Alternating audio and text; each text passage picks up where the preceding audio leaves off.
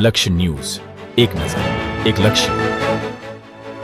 લખતર તાલુકામાં આરોગ્ય વિભાગ દ્વારા પોલિયો રવિવારની ઉજવણી કરાઈ. સુરેન્દ્રનગર જિલ્લા વિકાસ અધિકારી રાજેશ તન્નાએ લખતર તાલુકાના પોલિયો બૂથની મુલાકાત કરી. વર્લ્ડ હેલ્થ ઓર્ગેનાઇઝેશનના વૈશ્વિક પોલિયો નાબૂદીના પ્રયાસના પરિણામે ભારતે 1995માં પલ્સ પોલિયો રસીકરણ કાર્યક્રમ શરૂ કર્યો હતો.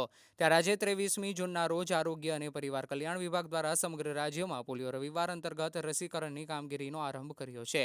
ત્યારે સુરેન્દ્રનગર જિલ્લામાં પોલિયો અભિયાન અંતર્ગત 5 વર્ષ સુધીના બાળકનું રસીકરણની કામગીરી હાથ ધરાઈ હતી.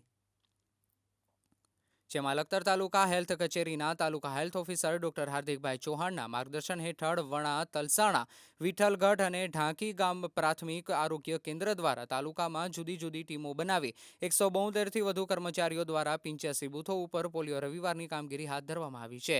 જેમાં લખતર શહેરના સામૂહિક આરોગ્ય કેન્દ્ર, આંગણવાડી, post office, railway station, bus station, પ્રાથમિક આરોગ્ય કેન્દ્ર સહિત ગ્રામ્ય વિસ્તારના વિવિધ બૂથ ઉપર 5 વર્ષ સુધીના બાળકોને પોલિયોના ટીપા પીવડાવવાના કાર્યક્રમમાં જે તે વિસ્તારના અનેક બાળકોને જાગૃત માતા-પિતા પોલિયોના ટીપા પીવડાવવા નજરે ચડ્યા હતા.